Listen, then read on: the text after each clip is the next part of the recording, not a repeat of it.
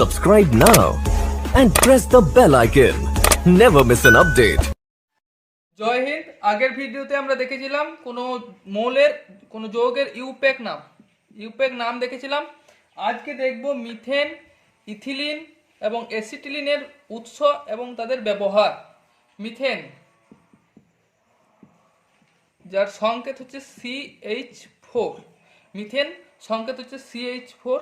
এটির উৎস অর্থাৎ কোথায় থেকে পাওয়া যায়, এটি সাধারণত পেট্রোলিয়াম উৎপাদনের সময় যখন প্রাকৃতিক গ্যাস তার মধ্যে 40 থেকে 90% মতো পাওয়া যায় মিথেন। প্রাকৃতিক গ্যাসে 40 থেকে 90% মিথেন পাওয়া যায়। 2 নম্বর হচ্ছে কোক করার সময় কোনো কয়লাকে যখন কোক করা হয়, কয়লাকে বায়ু শূন্য অবস্থায় পোড়ানো হয়, তখন যে গ্যাস উৎপন্ন হয় সেখানেও মিথেন থাকে। কোল গ্যাসে, তাকে বলে কোল গ্যাস। সেই কোল গ্যাসে থাকে 20% মতো কোল গ্যাসে থাকে মিথেন। 3 নম্বর, কয়লার খনিতেও কিছু পরিমাণ মিথেন গ্যাস পাওয়া যায়। কয়লার খনিতে কিছু পরিমাণ মিথেন গ্যাস পাওয়া যায়, ওই 2% মতো 2% মিথেন গ্যাস পাওয়া যায়। এবার দেখবো এদের ব্যবহার, কি কাজে ব্যবহৃত হয় মিথেন। ব্যবহার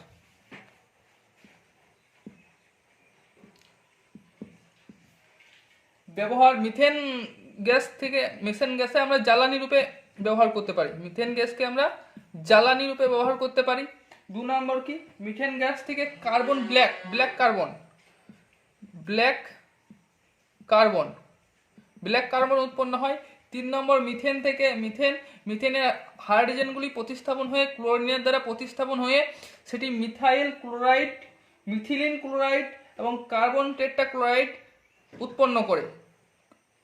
হাইড্রোজেন প্রতিস্থাপন করে, ক্লোরিন হাইড্রোজেন প্রতিস্থাপন করে methyl chloride CH3Cl, methylene chloride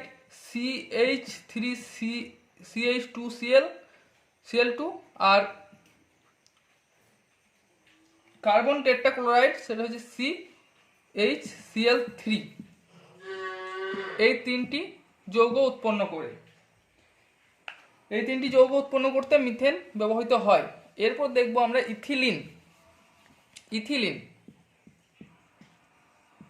ethylene, যার সংকেত হচ্ছে C2H2।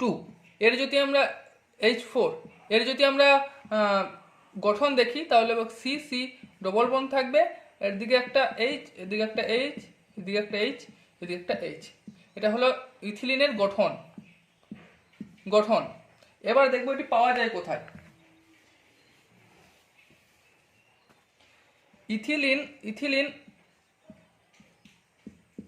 ইথিলিন পাওয়া যায় প্রাকৃতিক গ্যাসে, কয়লা খনি থেকে বা পেট্রোলিয়াম উৎপাদনের সময় প্রাকৃতিক গ্যাস থেকে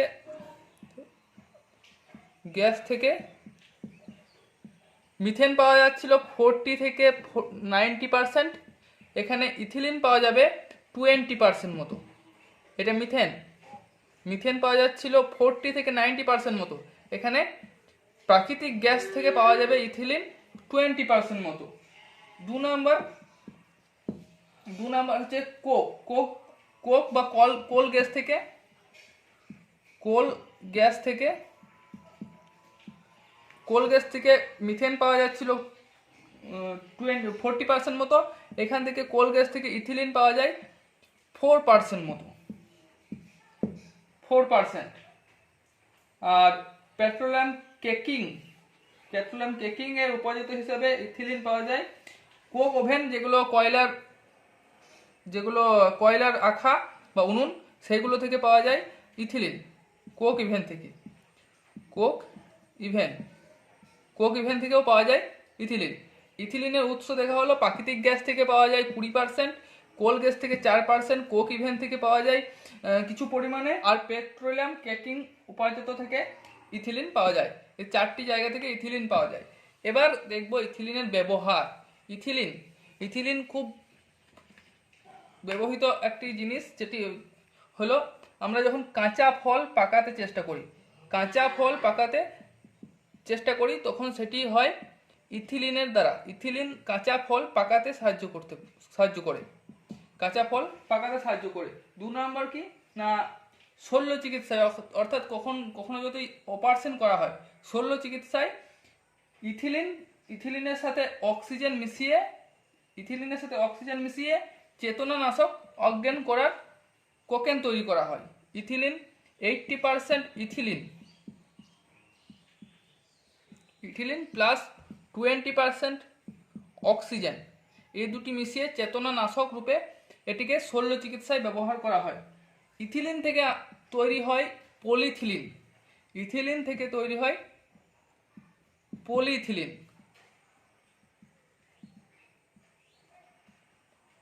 আমরা পলি মানে যখন পড়বো তখন দেখবো ইথিলিন থেকে কিভাবে পলিথিলিন তৈরি হয়। অনেকগুলি ইথিলিন যুক্ত হয়ে পরস্পরে পলিথিলিন তৈরি করে, যে পলিথিন আমরা এখন ব্যবহার করি, খুব সুবিধাজনকভাবে ব্যবহার করি। হ্যাঁ, তারপরে ইথিলিন থেকে যুদ্ধে যে মাস্টার গ্যাস, সেই গ্যাস তৈরি হয়। গ্লাইকল ডাইঅক্সেন দাবক প্রস্তুতিতে ইথিলিন ভূমিকা গ্রহণ করে। এরপর দেখবো আমরা অ্যাসিটিলিন।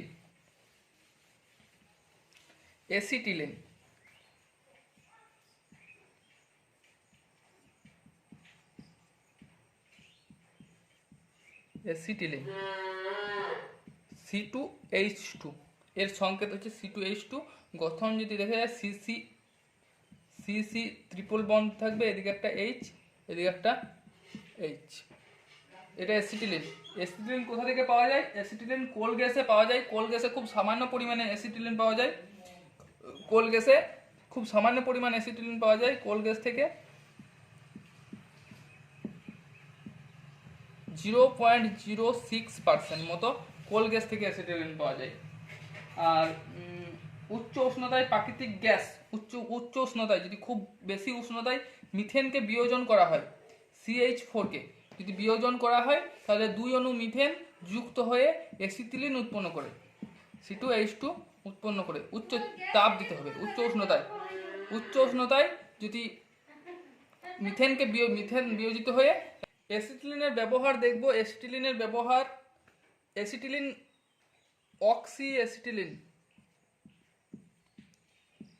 অক্সিঅ্যাসিটিলিন শিখা উৎপন্ন করতে অ্যাসিটিলিন ব্যবহৃত হয়। যা ধাতু কাটতে ব্যবহৃত হয় অক্সিঅ্যাসিটিলিন শিখা।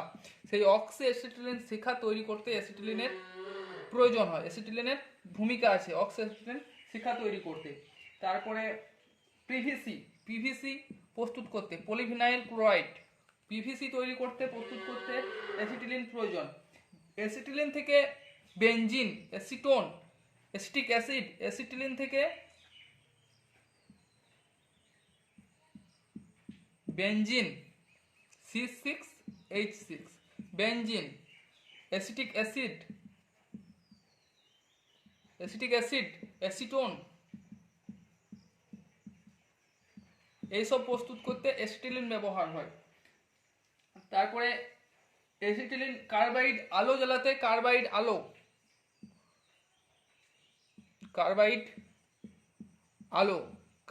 আলো জ্বালাতে অ্যাসিটিলিন প্রয়োজন হয়।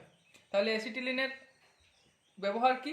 অক্সিঅ্যাসিটিলিন তৈরি করতে অ্যাসিটিলিন ব্যবহার, পিভিসি তৈরি করতে, পলিভিনাইল ক্লোরাইড তৈরি করতে অ্যাসিটিলিন প্রয়োজন। অ্যাসিটিলিন থেকে প্রস্তুত করা হয় বেনজিন, অ্যাসিটিক অ্যাসিড আর অ্যাসিটোন। অ্যাসিটিলিন থেকে বেনজিন, অ্যাসিটিক অ্যাসিড, অ্যাসিটোন প্রস্তুত করা যায়। এরপর আমরা দেখব এলপিজি অর্থাৎ লিকুইড পেট্রোলিয়াম গ্যাস। কি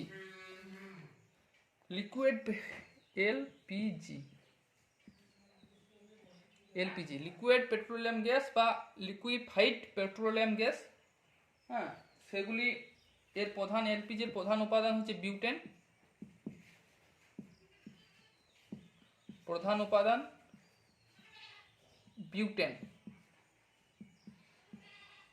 C4H10 বিউটেন। হ্যাঁ, এই এই গাণিতিক সংকেত, এর যে সংকেত দেখে ওটা বোঝা যায় না, এটাকে গঠন লিখতে হবে CH3 CH2 CH2 CH3। এটা হচ্ছে বিউটেন। এই এলপিজির পুরো কথা হচ্ছে লিকুইড পেট্রোলিয়াম গ্যাস, যার প্রধান উপাদান হচ্ছে বিউটেন। গঠন কি CH3 CH2 CH2 CH3 গঠন। এর মধ্যেও কিছু ইথিলিন এবং অ্যাসিটিলিন, ইথিলিন না, ইথেন, ইথেন প্লাস প্রোপেন যুক্ত থাকে।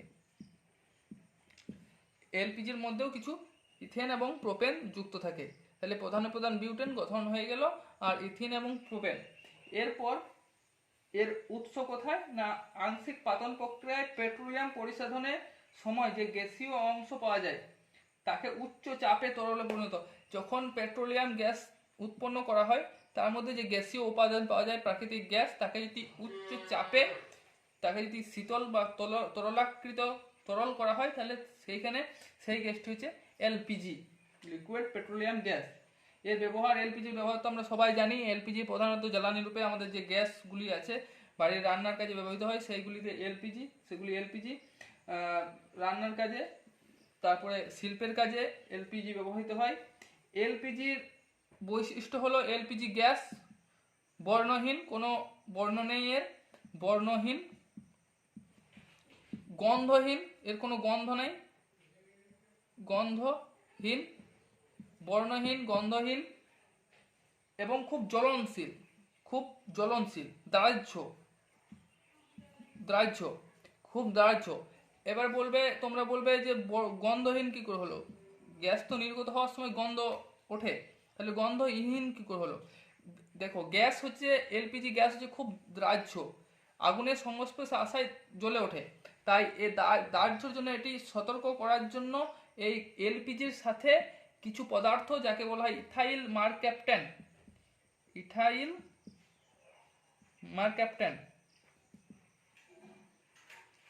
নামক পদার্থ যুক্ত করা হয়, ইথাইল মারক্যাপটেন নামক পদার্থ যুক্ত করা হয়।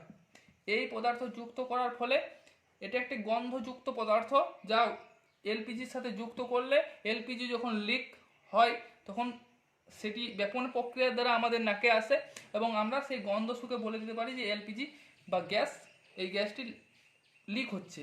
ফলে আমাদের সতর্ক হয়ে যায়, কোনো দাহ্য পদার্থ যাতে কাছে না আসে তার ব্যবস্থা নেওয়া হয়, আমরা সতর্ক হয়ে যাই। তাই এই এলপিজির সাথে কিছু পরিমাণ ইথাইল মারক্যাপটেন মেশানো হয়, যাতে এলপিজি যখন লিক করে তখন যাতে আমরা সতর্ক হয়ে যাই, আমরা বুঝতে পারি। এরপর আসছে সিএনজি, অর্থাৎ compressed natural gas. CNG, compressed natural gas. Compressed natural gas কি?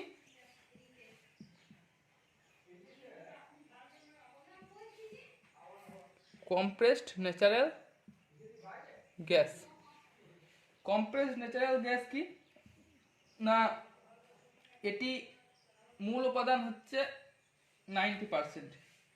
এটি প্রাকৃতিক গ্যাস।